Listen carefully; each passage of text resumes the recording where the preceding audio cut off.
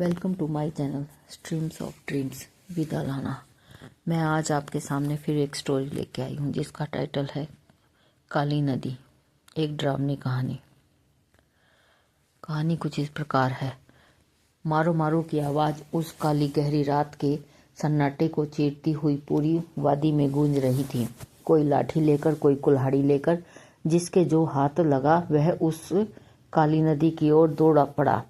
अभी अंधेरा होते ही गांव वालों को किसी ने बताया कि काली नदी पार कर रहे दो आदमियों पर हमला हुआ है।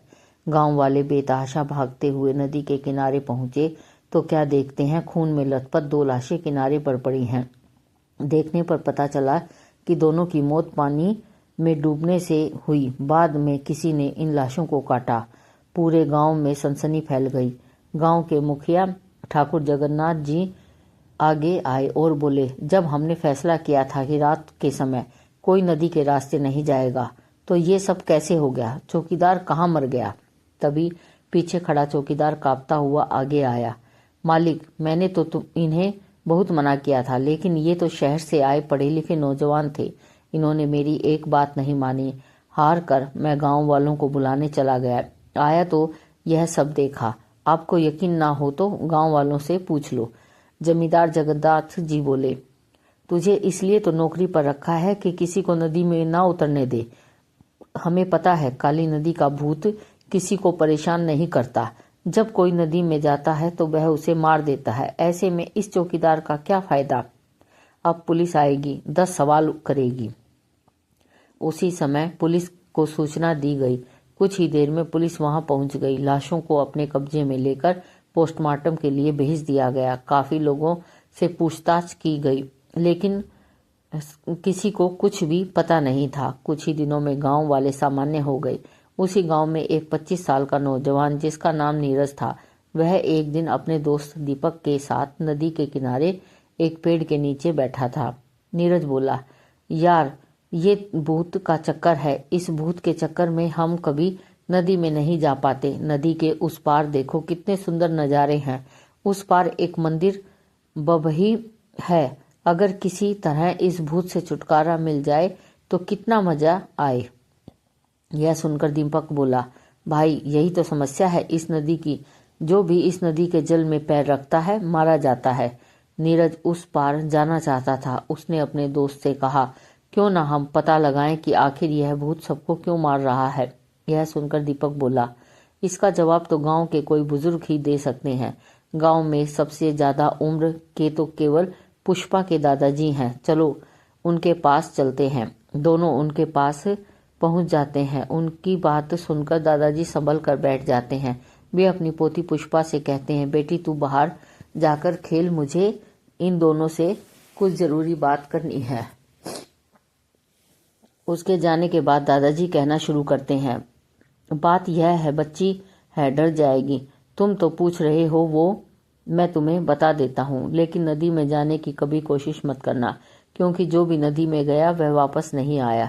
नीरज बोला, बाबा आप बताओ तो सही, बाकी हम पर छोड़ दो। दादाजी ने कहना शुरू किया, बेटा ये सब गांव वालों के ही कर्मों का फल है। इस गांव में मुकुंद नाम का एक सीधा साधा किसान रहता था। दिन भर खेत में मजदूरी करता था। उसका अपना खेत नहीं था। वह उस समय के जमींदार के खेत में मजदूरी करता था।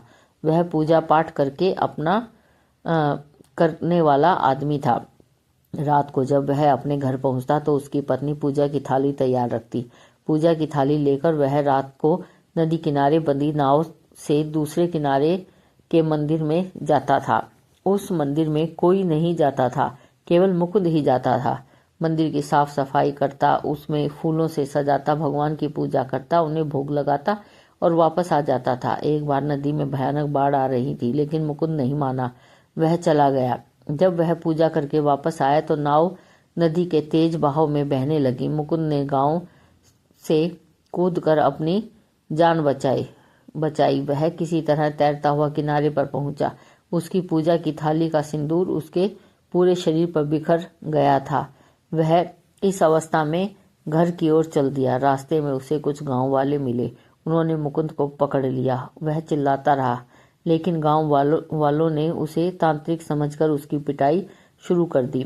उसकी शक्ल कोई पहचान ना सके और इतने में शोर में उसकी आवाज़ किसी ने ना सुनी। मरने के बाद उसकी लाश को नदी से बहा दिया। बस तभी से वह गुस्से में है।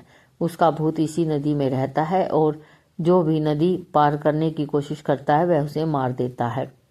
नीरज और दीपक दोनों उस भूत की आत्मा की शांति के लिए गांव के पंडित जी के पास पहुंच जाते हैं। पंडित जी मना कर देते हैं। फिर वे दोनों जमींदार जगन्नाथ जी की हवेली पर पहुंच जाते हैं। जगन्नाथ जी उनका साथ देने के लिए तैयार हो जाते हैं। जमींदार जगन्नाथ नीरज और दीपक को साथ लेकर दूसरे गांव पहुंच जाते हैं। वहां से कुछ दूर बॉर्डर था।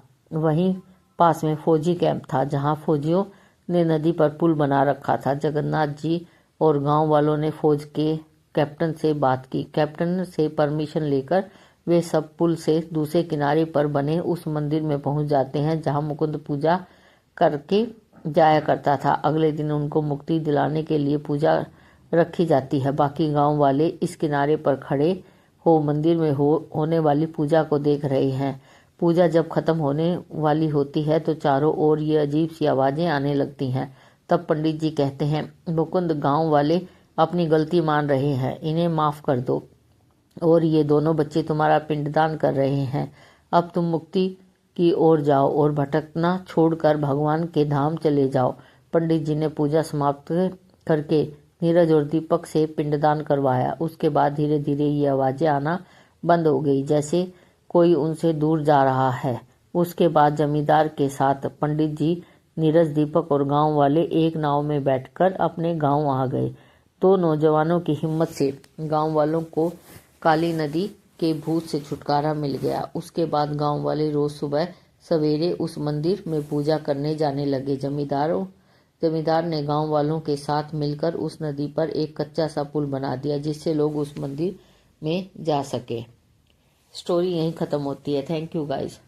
अगर आपको मेरी कहानी पसंद आए तो मेरे चैनल को लाइक, शेयर एंड सब्सक्राइब करें। Thank you.